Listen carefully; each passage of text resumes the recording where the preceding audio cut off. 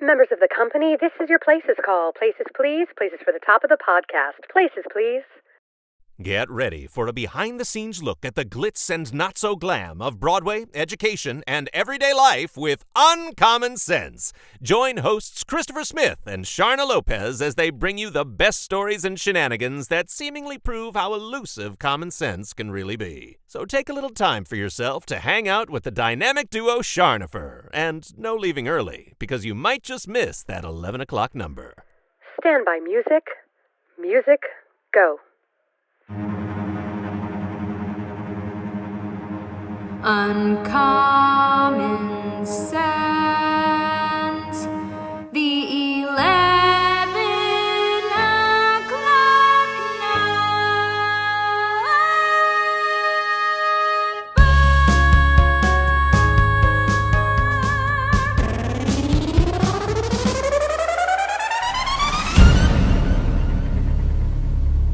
And we are Charnopher.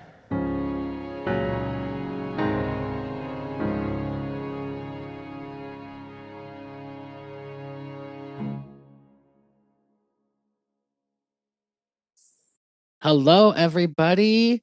Welcome to Uncommon Sense, the 11 o'clock number. With Charnopher and today we special have guest. our very first guest on Uncommon Sense, the wonderful, fantastical Jenny Schniepp. Woo, woo, woo. You guys, our first guest. I'm very excited. I'm very excited too. I'm so honored. First one. Very first. And I will say, we were talking about this before we started today, but I don't know if anyone's going to one you up on your background. Guys, today is February 21st. And look at Jenny's background. She's in the Christmas corner and she has full lights on her tree and everything. She's bringing it. And I don't know. I think it's going to set the standard for guests now. Yeah. We're going to have to.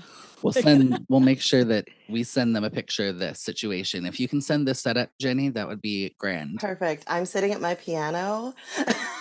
Love it. Are you really sitting at your piano? Oh, that's going to be so perfect for today, you guys. No one's gonna top that. Oh Nope. my gosh. Oh, I love that. Well, that just gave a really great introduction as to who Jenny is and why we know her. That's right. Christopher, do you want to talk about how you met Jenny or why you know Jenny, how you know Jenny, Yeah, why Jenny's cool? I know Jenny way longer than pretty much all y'all. Really? Oh, yeah. Oh. Jenny and I go back to 1998, 7, somewhere in there. Wait, I did not know this. Oh my gosh, I'm excited. Okay, I'm listening to the podcast. Go, guys, go. So, now my memory is fuzzy at best sometimes. Because you're 30-10. Jenny can help me. That's right. I'm 30-10. But if I remember right, Jenny, we met in honor choir. Is that correct? Yeah. Yep, that's it. We met in honor choir. We both went to high school in Bakersfield, California. We went to rival high schools. We did. Like legit rival high schools. My school was better. I was just gonna say, Jenny, who had the better choir? Jenny's school? I don't know, actually. Oh, your junior year, maybe my school for sure. Yeah. Because that was transition a year for you, right? I think so. But yeah, so Jenny and I met in honor choir, and I went to Bakersfield High School, and Jenny went to Centennial High School. Mm-hmm. That sounds cooler. New. I know. Like you went to the OG high school. Yeah. Correct. But I think we have like the biggest high school district in California, if I remember right. Oh, it's like 25 schools. It's like insane. It's a lot. Wow. Mm-hmm. I wouldn't expect that for Bakersfield. Yeah. Dang. And then so we met and became instant friends because we're both so sassy. Let's be honest. This is not newfound things, the sass. It's not like a newfound thing. This is an OG thing. Forever and always. Did you guys know that you both played piano when you first met?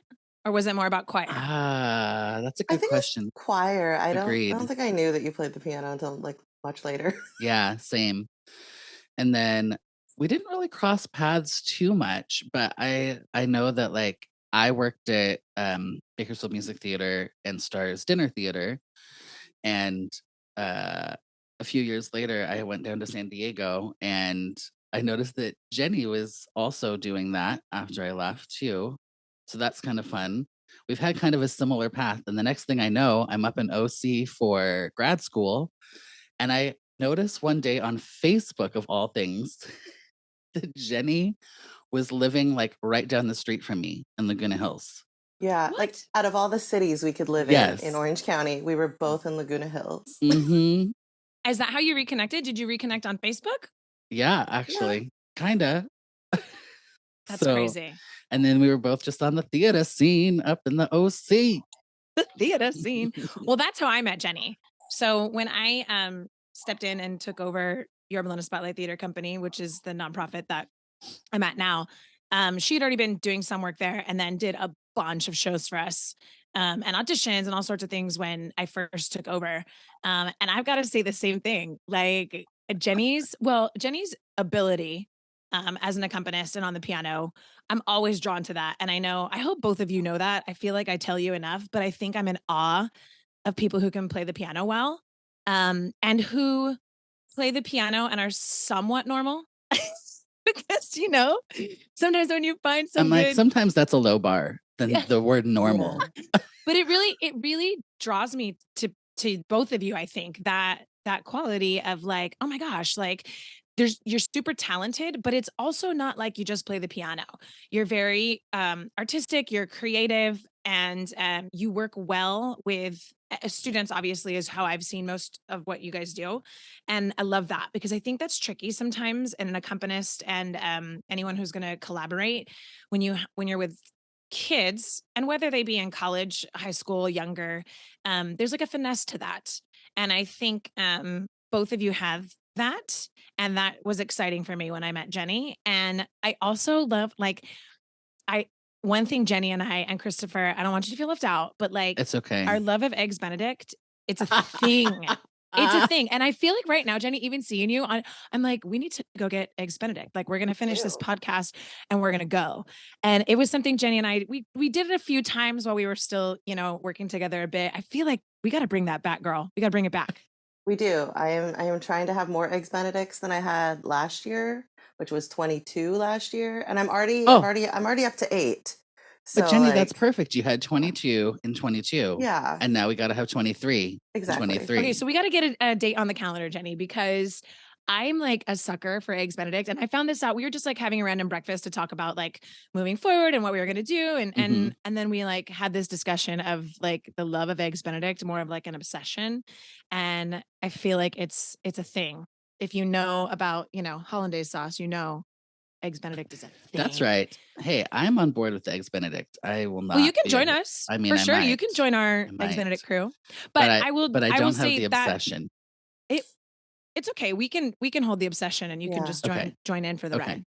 That's totally fine. I did know that Jenny has the obsession via all things social media, and travels and etc. But Charna, I didn't know that you had the obsession. That's like a new fun fact for me today. I love it. Well, my husband makes a really, really good one, and so that's kind of tricky sometimes. That's like his when Sebastian, we ask him what he wants to eat for his birthday. It's always Dad's Eggs Benedict. Nice. Oh my gosh. Yeah. Okay, so I need to come over. Yes. That's what I was gonna say. Yeah. Party at Charna's house. We'll do that. Eggs Benedict. And Jerry he'll love it. He loves making it. Do we want to have Jenny talk just a little bit about her background, maybe before we get into questions? You want to just give us like a brief little rundown, Jenny, of kind of like your background and then what you do now? I think probably more importantly, what you do now. Sure. I grew up, I feel like I've been singing as long as I could talk. Like my mother used to sing to me all the time, and I would just like ask for more. Eventually she just recorded like cassette tapes. Now cassette tapes are things that I know people now don't know what they are. She would record cassette tapes for me of her singing songs and reading stories. And so like I grew up singing in church choir. I sang a solo in church for the first time when I was 3. I started playing. Oh yeah, I started playing piano when I was 7. I started playing handbells when I was 8. because we tried Ooh. like a kids handbell choir, and they were like, well, let's try 3rd through 8th grade and see if they're interested. I loved handbells when I was little. I thought it love was super fun. handbells. Yeah. They're Okay, And they were Eggs great. like, Benedict and handbell date. We got it. handbells. And then, I took lessons all through high school, regardless of the fact that I didn't want to anymore. Because once I got into theater, I was like, I don't want to take lessons anymore.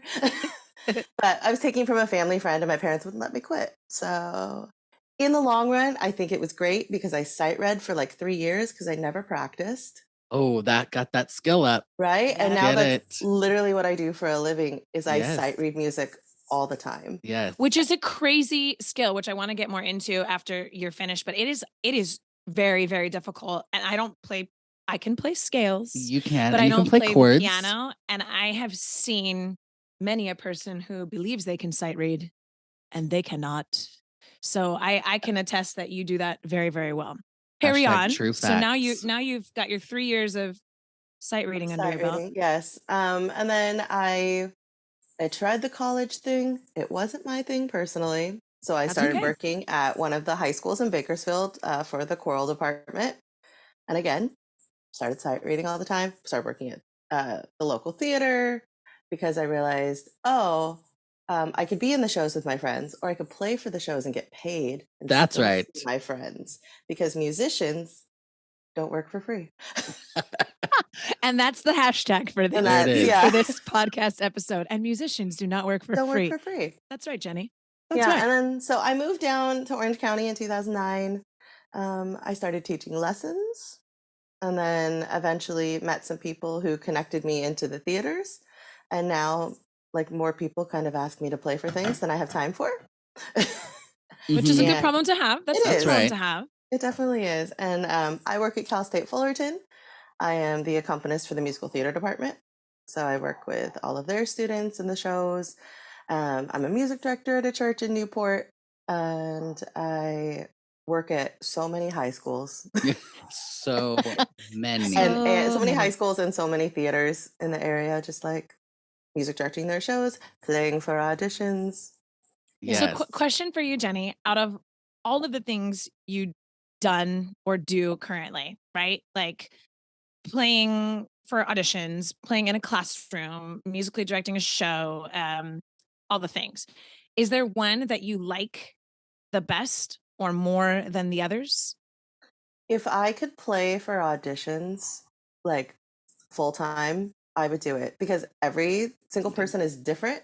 Every day is different. Every casting table is different.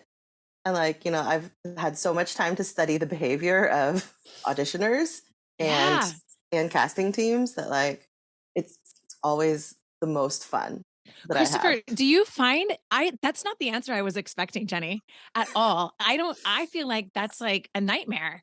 Like it's one of the hardest things. I mean, I don't know. That's maybe because you've grown so accustomed to it. And like you said, you kind of know now what to expect.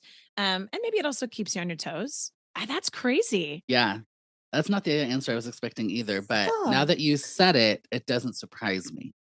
Yeah, I just, because it's a new person like every 2 Yeah. minutes. It's a What's like a crazy funny story? I'm sure you have 30 million, but like what's something hilarious or odd or strange that has happened at an audition? I'm gonna jump in here and say you do not have to limit yourself to one. Okay. Yeah. Oh yeah, you can tell as many No. as you want. We love these stories. Yes.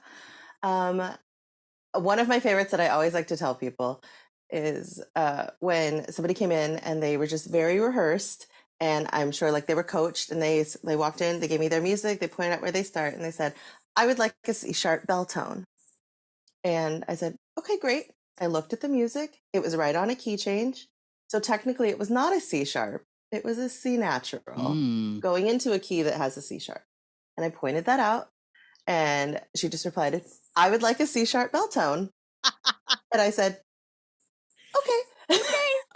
So I did it, and like it was just a small cut, like end of one of the songs from The Little Mermaid. And it took her like half of her 30-second audition to find the key, because it's only a half step, not a whole step. And I tried. And I'm going to chime in here before you tell 9 other stories, because I love these stories. I think it's something as an educator that I really want, and maybe this podcast will kind of move us in that direction too, interviewing people like you, where I feel like auditioners and adults and kids alike, they feel like the accompanist is not their friend. And I want to just tell them, like, this person is here to help you. Like, well, everyone in that room wants you to succeed, but that accompanist doesn't want you to do poorly. And I think maybe it's a combination of nerves. And like you said, you've been so rehearsed and taught what to say or do that, like, your brain can't for 1 second go out of that lane to be like, oh, Jenny is the lady that's going to be actually playing this song. So maybe I should take 0.3 seconds to be like, what did you say, friend who plays the piano far better than me? I shall listen to you, And I think that sometimes students don't stop to think about that. We talked in our last, a couple of episodes ago about how to treat an accompanist, like don't snap in their face and all that kind of stuff. And I think sometimes they just need to rehear that over and over again. Auditioners, like, I'm here to be your friend. I'm here to help you with the C natural, not the C sharp. That's right. No, literally, like, we are here. We're like the only person, essentially, unless you get to read, that you get to collaborate with in the room. So like, we want you to do well. The casting table also wants you to do well. They want you to be there to solve their problem. Yes. Totally. That's a good way to put it, Jenny. Yeah. They want you to do well. Yeah. We want you to be the solution. And so they're rooting for you. Like, even if you see them writing notes and they're not looking up, like, that doesn't mean they don't like you. Yeah. That means that, like, they're like, great, we want to give them a call back. Like, we don't need, let them keep singing their song. Or like, if they look angry, they could be receiving a text from someone that's like annoying them. And you're like, leave me alone, I'm working. That's never happened to any of us. That's never happened. I feel like on that end, I'm got a pretty good game face, especially with kids. I want to make sure, kids don't feel when they're just starting out and maybe it's like their first or second audition, but sometimes we have one special gem that is it breaks my game face sometimes, especially if I'm with Christopher. Like, we should not be allowed to sit next to each other. Probably. What other funny stories? Do you have anything else or something like terrible? Did some auditioner ever do something terrible to you? Oh yeah, I have lots of snapping stories, and that's just like, just like audition 101 is like, the way to communicate your tempo is not ever to like snap or clap. Like, like, I think you can tap your chest, I think you could tap your leg, but like, when you're standing and the accompanist is sitting, I don't think it's malicious most of the time. Like, they're just snapping at their waist and they don't realize it's directly in your face. Right. Yep. And so like, with a lot of my students at the college, I like to play like that. Okay, everyone's going to get to go sit at the piano and I'm going to do things to you that people do to me. Oh, I love that. Wait, that's like, cool. Yeah, Christopher, you should do that. I should. Class. I'm taking that. It's I'm really taking fun. That. Everybody buckle up. Here we go. Because then it puts them in the actual position to see what it feels like. And I will say, as a performer or a vocalist or someone who would be auditioning and not playing the piano, I think you don't, like you said, it's not malicious, and maybe you don't know that that's how it's being perceived. And I think it's really good feedback. And I think, again, as educators, we can work in that direction. And anyone who's listening right now who might be auditioning in the near future, don't snap. But I think it's a good conversation to have. And I'm glad that you do that in class, Jenny, that you swap them out, because I think that helps them see, right? Like, this is not how it works, friends. Don't snap in my face. Yeah, just don't do it. It's weird. Like, what else? What about sheet music? I always like hearing the sheet music stories. Oh yes. I think your sheet music needs to be in a binder human, because you just, even if you put it on cardstock, so it's like more heavy or like whatever, you still never know. Like, I always say, the wind situation in the room, like the air conditioner could be out and they could bring in a bunch of fans, and like, you set that down and loose music just goes like flying. Yeah. Just goes flying around. Like, why wouldn't you put it in a binder? There was recently a video I saw on Instagram that somebody turned the page of music. It was loose. It fell into the piano and like through the lid and like into the piano. And it's like a concert performance, like somebody playing the piano and a violin, and like the violin has no idea what's going on. And they're like trying to open the lid, trying to find it. It's gone. Like, yeah, it's gone. It's where things go to die. The soundboard. And I said, if that was in a binder, that wouldn't happen. The binder cannot fall into the space between. Binder. That is very true. Yeah. So I'm a binder. I think it should be in a binder. I don't have a preference on sheet protectors. Oh, so that was going to be my next question, Jenny. Like, if you get them, I think you should spend the money and get the non-glare ones, even though they still glare. But I prefer. I just want it. I would like it double-sided because, like, the less page turns, like the less we take our hands off the piano. But then at the same time, I don't want it in a binder and then for it to accordion fold out for 5 pages. Wait, does somebody do that? Oh, yeah, that's a thing. We just had callbacks at the college, and somebody said, I put it in a binder. It folds out, and it was like 7 pages. Yeah. And I went, that's like counterintuitive, right? That's like, I put it in the binder, but not really. Now I just have this weird piece of music flying. Oh my gosh. Yeah. That's good advice. And when I taught audition or when I was teaching musical theater voice and Christopher and I taught together, that was a huge part of what we taught. And I will say now, Jenny, we have a lot of students who use tracks to audition, and I'm fine with that. I'm fine with it. I do think, though, I don't want them to not learn the etiquette. So even if it's maybe not an audition, just then when they're in the show and they have a musical director, or if there's also someone who might be coming in to play piano now and then, or if it's a different person to play the show, kind of that etiquette and interaction you would have with that person anyway. You know what I mean? So that kind of stuff, even if it's not in the audition room, still transfers over to how they need to behave. I told Christopher one of my biggest pet peeves behind the audition table is when I can see an auditioner blame the accompanist with their facial expressions. They don't even have to say anything, just out of their eyes or the way they look when they've messed up. And I'm like, this accompanist is just keep going. It's the same thing when like, oh, I'm so sorry, I'm sick. And it's like, I don't need to hear an excuse. Don't blame your accompanist. Don't blame your sickness. Power through, keep going. The blaming the accompanist gets me. I always mark it down on my thing. You're like, write it down. Yeah, I'm like evil. Never hire for anything ever again. Or now. now. Blame. That's right. Jenny, what's your favorite show you've ever worked on, musical direction or played? Do you have a favorite show? Ooh. I know that's hard. I was not prepared. Yeah. You can think about it for a minute. Okay, because I always hate when people ask, what's your favorite show? Because, I thought it was a good question. It's a great question, Charna, except for the favorite part. Because so many of us have so many shows we like. We probably have like a list of things that these shows never will I want to play. Never again. Yeah. And so maybe that's the question then. What show would you never want to play again? Oh, I played Cats, and that was pretty. Oh no, that was pretty rough because it's just like key change after key change after key change, and also it's Cats. So just that right there alone. Sorry, now everyone knows how I feel about Cats, but yeah. So that was maybe one of the hardest shows I've ever played. Okay. I really Top Sondheim, huh? Or Jason Robert Brown? I'm not a Sondheim person. I'm just not a Sondheim fan. Oh. I like Company. Okay. And that's like... What about Woods? Do you like Woods? Oh, I don't love Woods either, actually. Really? But I do love, and Charna, you know this, I do love Sweeney Todd. Yeah. Yes. I love Sweeney Todd. Interesting. That's super interesting. And do you think it's a musical thing? Like your ear is different or it's just like the show in general? Because Woods seems so... I joke about Sondheim that like if you play it with your elbows, it sounds the same. Because like if you're smart enough to read some rhythms, like it's so dissonant. It is very dissonant. Okay. Yeah, I tell the students. I can appreciate that. Which is maybe why I like it, because it appeals to my dark side.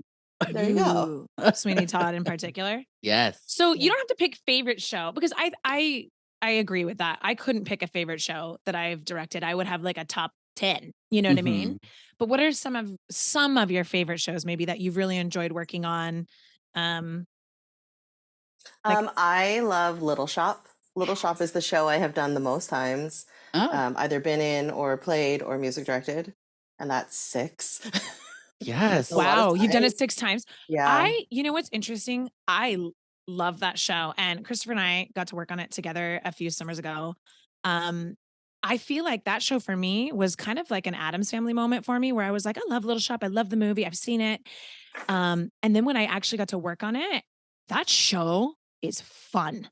Like No, I mean, the music's fabulous, but I think it's the combination of everything together, right? And you can do a lot with it.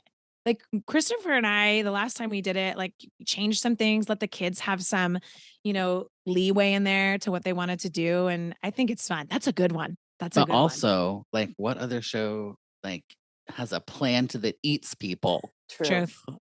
Also And that gets to appealing sing. dark side. Yeah. Yeah. But like dark comedy, right? So like, Yeah. when I first did Little Shop at OSHA, Sebastian was little and I took him and I explained to him, this is not real. And I let him slide down the plant so he knew like it was fake and everything. He loved it. And then when we just did it at Spotlight a few years ago, same thing with Ruby, where I was like, it's not, you got to see it. And then once that's taken away, I think even young kids can appreciate the dark comedy in it. Yeah. Well, Grayson freaking talked for months about the dinosaur plant because he came and saw the plant and loved it. Well, and we did it in the black box. So you were like close to that thing. I mean, that like makes a difference. Oh, Jenny, I would have loved to see you in that show. Yeah, I want to know who you played in that. Like, what was your role? I was Chiffon. Yeah. And, I chewed gum on stage at Stars. Yes. Which is our dinner theater. And every time we came on stage, we had like different colored wigs. So my gum always matched my wig. Shut the front Wait, door. That's a great character moment right there, Jenny. Yeah. And people would come in like our dressing room and be like, oh, hi, can I have a piece of gum? I'm like, oh, this is a prop. Like, don't touch other people's props. Yeah. That's right. It's like, sorry. Dang, that's fun. Okay, so Little Shop's in your top, Cats is at the bottom. What else? What are some other fun experiences you have? I'm currently doing Gentleman's Guide. Oh, I know that show very well. Yeah, at El Dorado. So that's been really fun. Like, how is that score to play?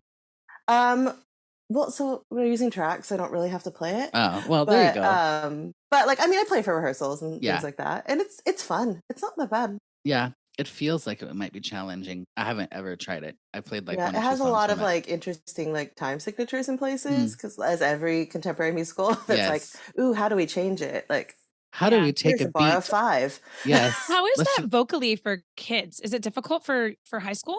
It's really high. Yeah. Mm-hmm. Like, like there's like 2 characters like, are above C. Dang.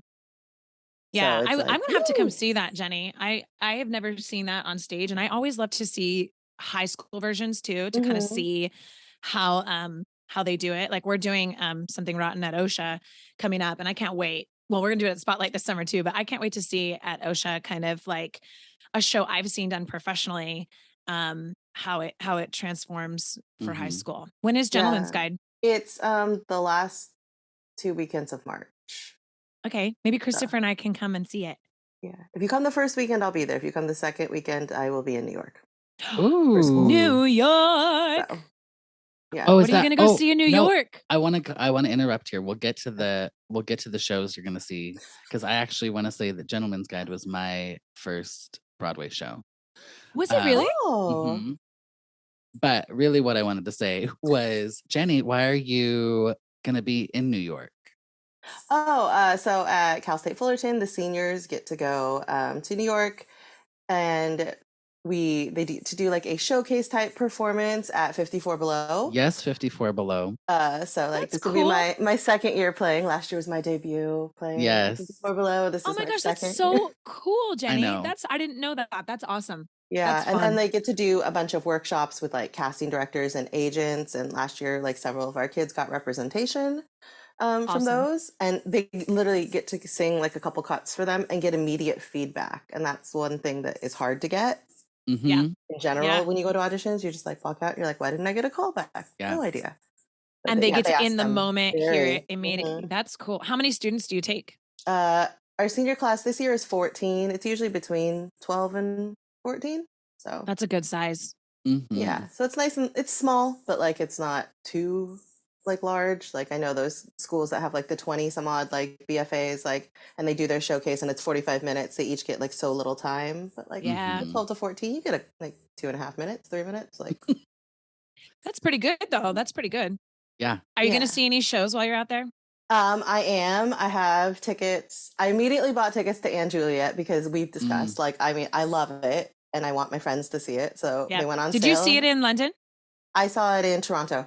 Okay. I saw it on the West End and I was obsessed with it. And my students were obsessed with it. I had my students with me and I loved that. I loved the different ages in the audience and how everyone was able. I can't wait. I can't wait for you to see it again and probably see a lot of different things the second time you see it. Yeah, I'm so excited. And then I am looking at Some Like It Hot is the show I really want to see. So that's my number one.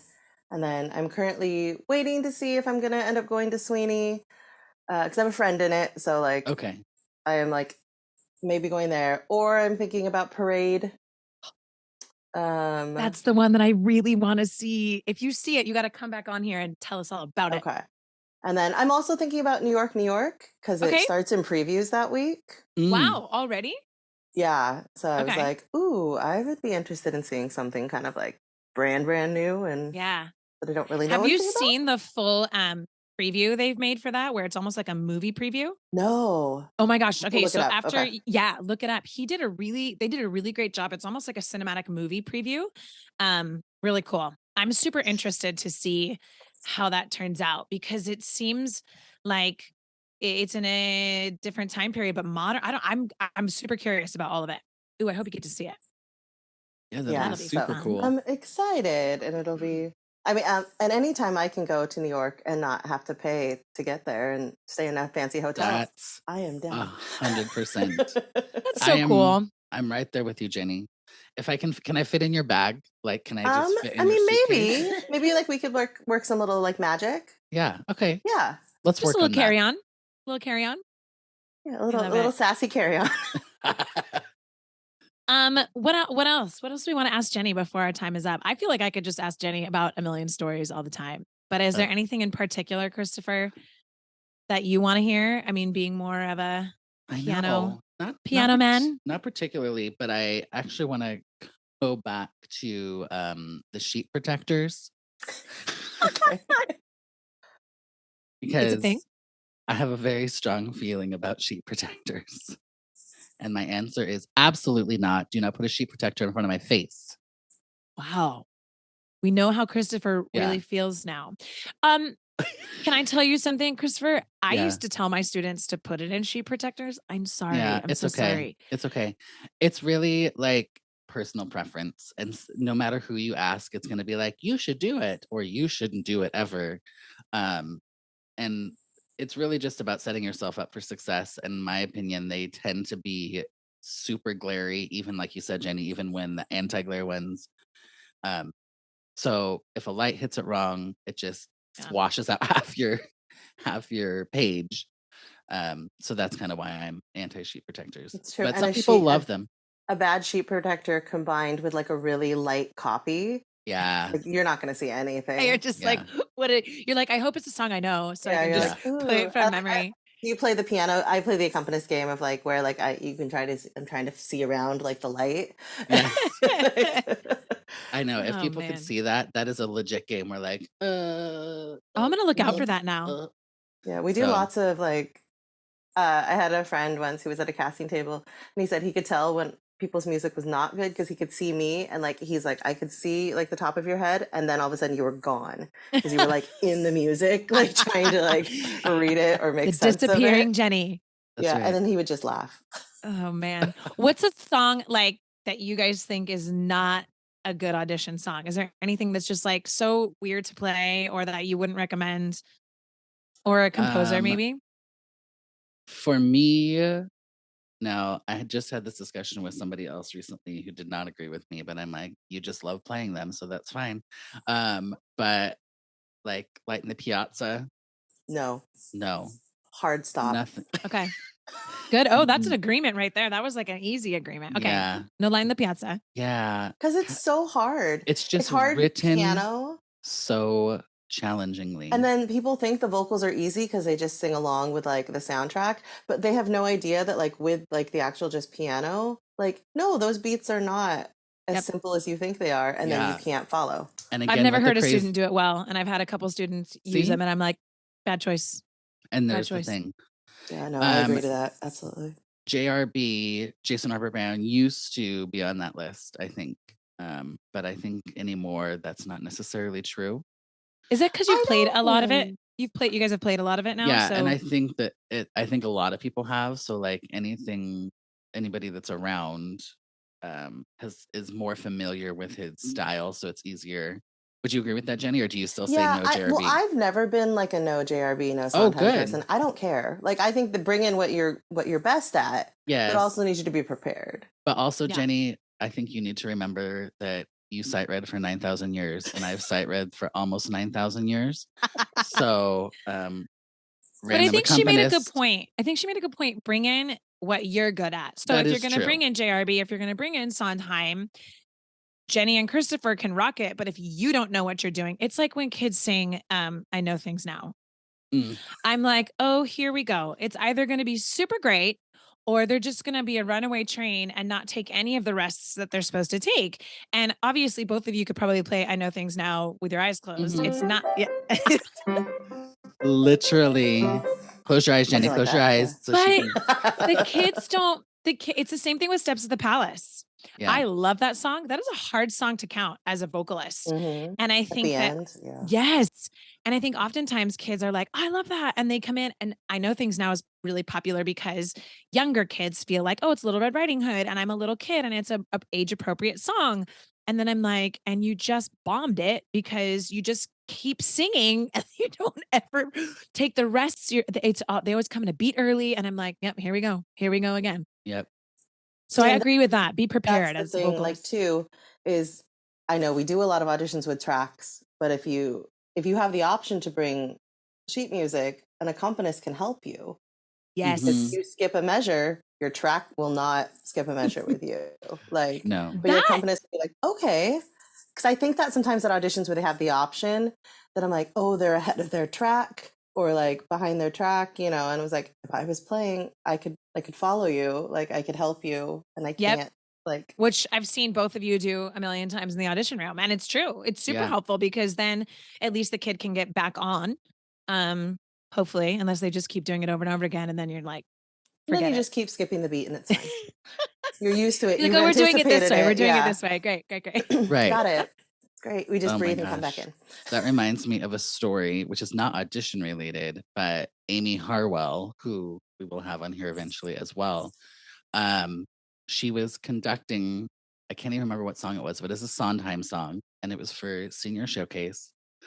And she was in the back of Symphony Hall, which is just like a medium-sized theater that we have on campus at OSHA. Conducting them on stage, and she was just standing there conducting, and all of a sudden I just hear her go, oh, okay, that's where we are. Oh, yep. Oh, we're just gonna skip that page. Cool. And then she just keeps going on, and all of a sudden I just hear her going, it's fine. I'm fine. Everything's fine. It's all good. Here we go. Oh, we're there now. Great. She's like narrating this whole thing, and nobody like knows where she is, and she doesn't know where they are. Right? So it's fantastic. I love doing that. their own thing. Yeah. All right. I am going to close us out, Christopher, if you don't mind. I could talk to Jenny all day. I know. Well, we're going to have her back. I feel like here's what we need to do before I close out. We're going to get off of this. We're going to get an Eggs Benedict date on the calendar. Then we will need to come back and we will have to discuss the Eggs Benedict and maybe more stories. I think that would be a thing. Yeah. Yes. Jenny, thank you so very much for being our very first guest. I appreciate you having me. This is so fun. Oh, right? Yay. Okay. We will have you back on for sure. We'll have more stories. Maybe when you get back from New York and we've had our Eggs Benedict date. Fantastic. Sound good? Awesome. Yeah. Awesome. All right, everyone, subscribe on YouTube, follow us on Instagram at Charnopher Official, and we will catch you next time. Bye.